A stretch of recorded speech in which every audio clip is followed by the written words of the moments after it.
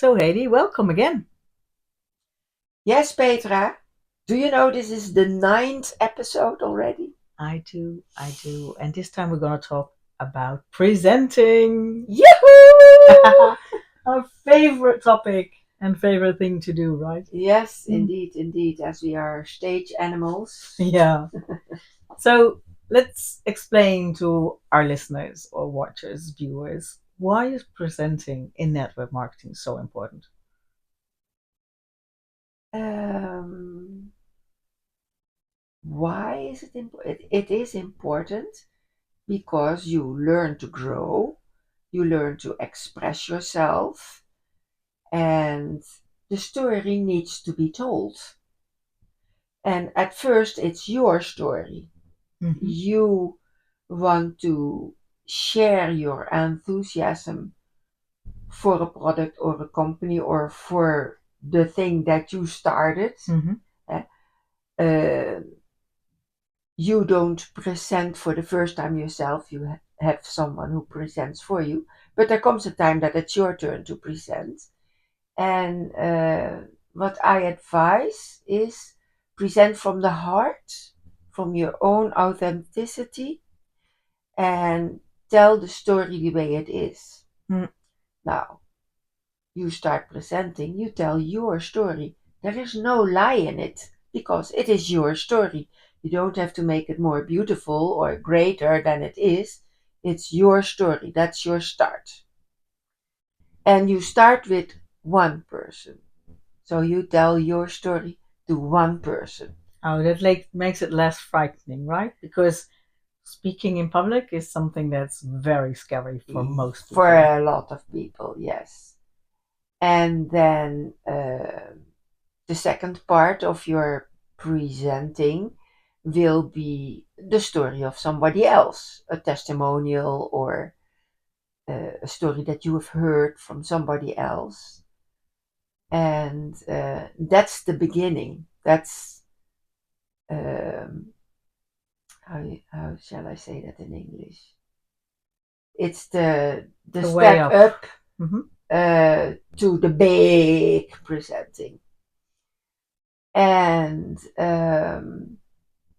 so you tell your story, you tell the story of others, and then you can present or tell a story. This is all storytelling, telling the product or the service that you have Mm-hmm. to offer, and that's how you start. You don't have to go from level 1 to level 7 in one day. No, Mm-hmm. you start one on one. Then you Yeah, start and the one one on on. one, right? You're talking about it's I have my list with my 100 people, so I know them. They're my friends, my neighbors, my family, whatever. So if I talk to them about the product or the service, that's less frightening because I just indeed what you say, I just share my own experience. Exactly, exactly. It's not that difficult because we talk all day. Mm. But it's not seen as presenting. No, okay. Depends on how you look at it. Mm. And so you start with one, and then all of a sudden you have a few people in your group who needs to learn from you. Mm. So then you present to more. Let's say 6 people. Mm-hmm. You're together in a living room or in a hotel room or wherever. You have your tea and your cake, and you do a part of the Mm-hmm. presentation, and we invite someone else to do a part of her presentation, of his presentation, and then we give feedback to each other. So it's more learning environment. It is, yes, and that is safe. Mm-hmm.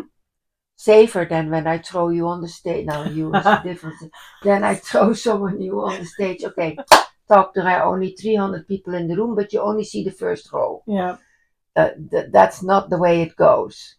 So yes, and then you you have maybe an invitation to come into the living room of one of your teammates, and there are 6 guests over there. Yeah. Yeah, then you have to tell a good story about yourself, about some testimonials about the product, and maybe a bit about the company. You don't have to go into detail. It's just that you create the thought in their mind. Oh, okay. I can learn all this. Yeah, just share the opportunity. Yeah, and if you tell them up front, I have learned how to do this because when I started, I didn't know anything. Yeah. I didn't know how to present. But I Thanks have to the learned. duplication, we all know, right? We all teach it. Yeah, exactly. So now and then, of course, comes the moment that you are in a big room with all like-minded people, and there are a few presenters selected that will do a part of the complete picture presentation. And yeah, you may end up one of these days as one of the presenters. Let's say you know everything about the product and they ask you to present to make a product presentation. And that's how it starts. Yeah. And then you get applause and everything. But then the main thing is you go to a company presentation, to a company event. Well, you know, as I know, those are the events where it all happens. Oh, they are the best. And the company itself has organized already a lineup of speakers who is talking about this, who is talking about that, who is talking about this subject, that subject. It's all lined up. And of course, we hope that we can be one of the speakers in the lineup, right? Especially the inspirational keynotes, right? Especially the keynotes. But for new people, that will take a while. Of course, but that's okay. I mean, everything can be learned. Yeah. Yeah. Yeah. And the things that are scariest are the things that help you grow the most. Of course. Yeah. Of course. Some people don't understand that, but the definition of success is fall down 100 times and stand up 101 times. Yeah. Yeah. So, presenting is a trait on itself. And not everybody is going to do that. But you know what? If you don't want to present and you bring 10 people, I will present for you. Yes, so true. But it's also important that you take your team to those company meetings. Absolutely. Or other events, training events, or whatever. Company, absolutely. And as a group as well, Yeah. right? Because Yeah. it's for the bonding, it's for the team growth. Yeah, and you dance together and you party together and some get drunk together. But okay, I'm not in that family anymore. But it inspires you to take a little more out of yourself. One day maybe, it is inspiring and it is important to go there. And a way of presenting is you go from one presentation to the other. So, for example, we have a presentation today and we know there is a presentation next week. We end the presentation today of who's coming next week to the presentation in another city, in another location. Yeah. In the old days, I was 3-4 nights a week. I was out and every other weekend presenting and training. But I had a little more experience, of course. Yeah. And I have no fear of speaking in public. You wanted to say something as well as how you dress, as how to dress. Yeah, absolutely. Okay. Always look good. Look neatly dressed. And as a speaker, that's an advice Erik gave us, dress 10% more than the audience. Better. Dress 10% better than the audience. Then you are never overdressed and definitely not underdressed. Yeah, and especially the overdressed. If people are sitting there and you're all smooth and everything is perfect, they think I'm never going to achieve that, and they won't listen as well as when they can relate more to you. Yeah, that you're right, and it also gives a certain familiarity that Yeah, you're not out of. their league. Yeah, exactly. And well, I must say nowadays with all those Zoom calls, um, I think it's horrible. I hate to watch unshaven men. If you're listening, you know it. Yeah, but also the black screens. I mean, if you're Ah, presenting, I've done a lot of presentations on Zoom, and then you're watching all those black screens, and you're like, who am I talking to? Are you even listening? Do you get the message? Do I need to repeat something or not? A live audience is so much more fun, but also you feel the energy, and you know whether your message comes through or not. yeah. There is a saying, visibility is accountability.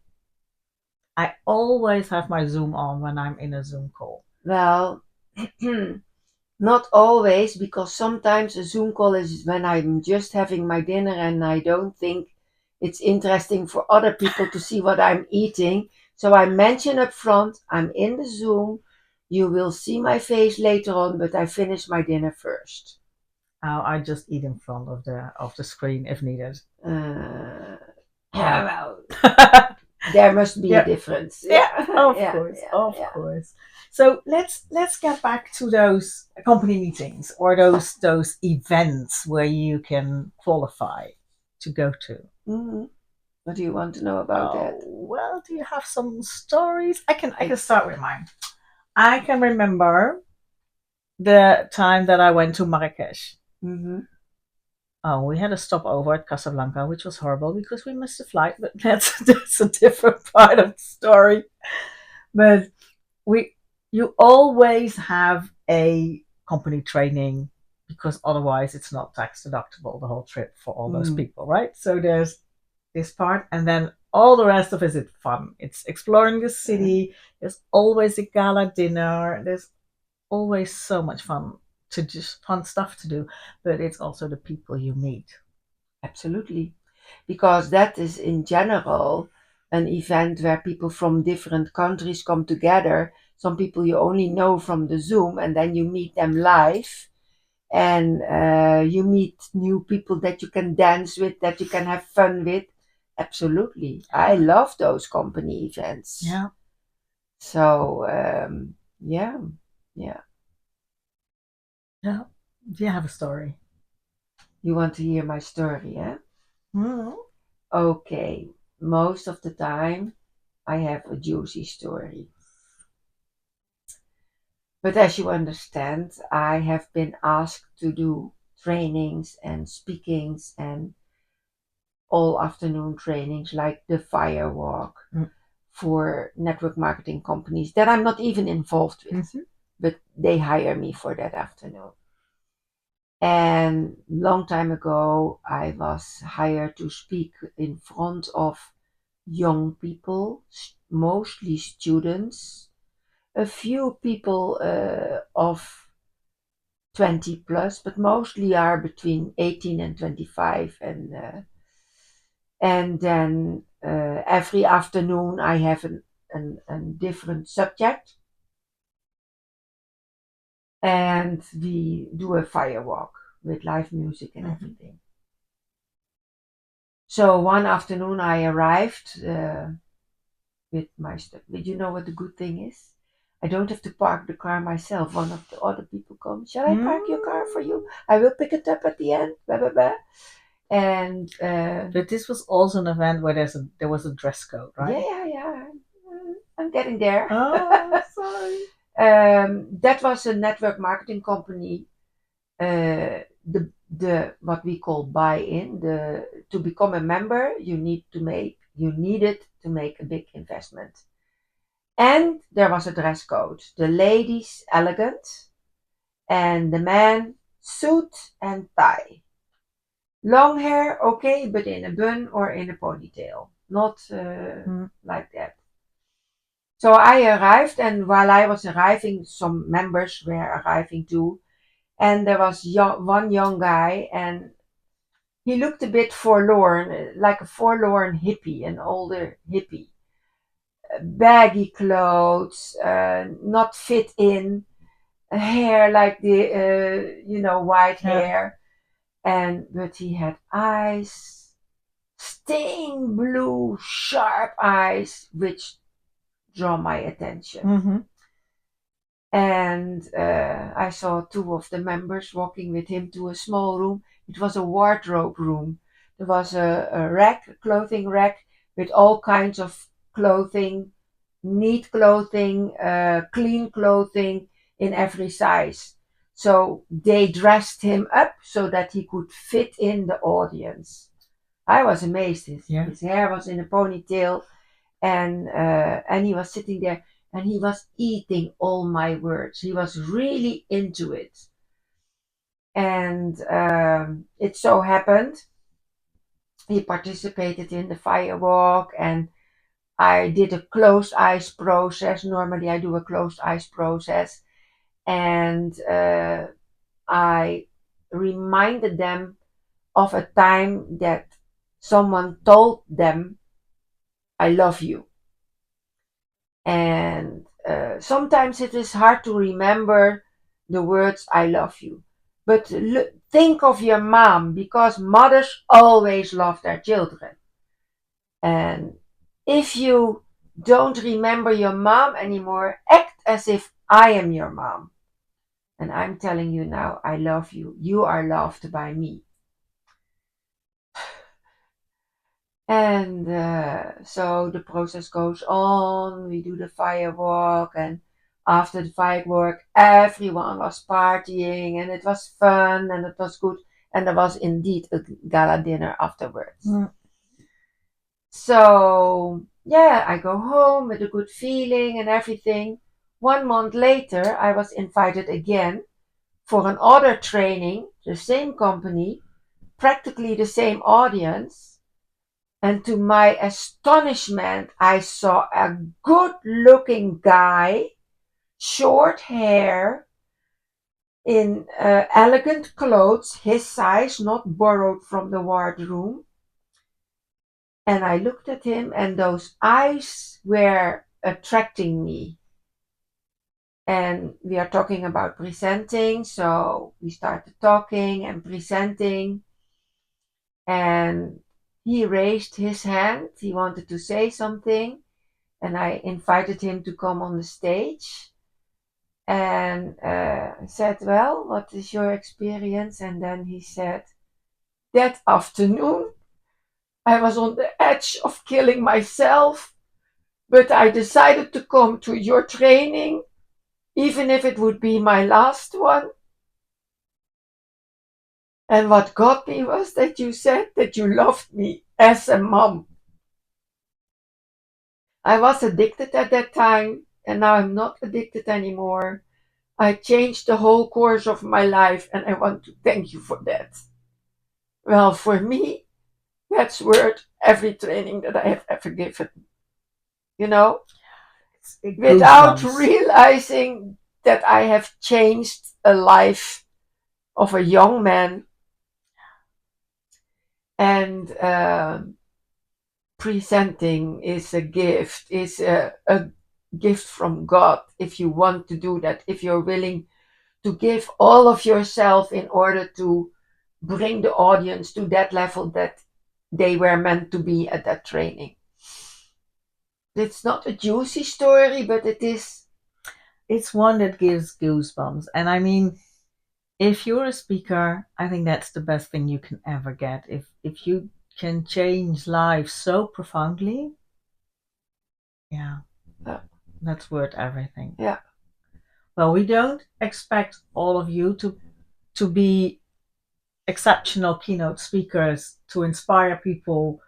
If you would love to, please do, because it's so rewarding and it's such a nice thing to do.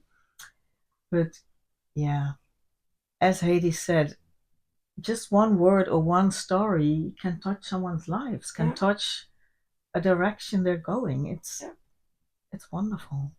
can shape their destiny. Eh? Yeah, absolutely. That was for him a defining moment to come to the training and change his destiny. Yeah, That is what Tony Robbins would say. yeah. Defy the odds. Yeah. Oh, So, amazing. I think that's a very amazing, great closing story. Are you okay? I am. I am. Mm, I always get emotional. emotional Yeah. because I see him Mm-hmm. in front of me. Yeah. Thank you so much for sharing that with all of us. And yeah, we'll have some more stories next time. Yeah, Thank you there is all. enough. See you. So, see you next time.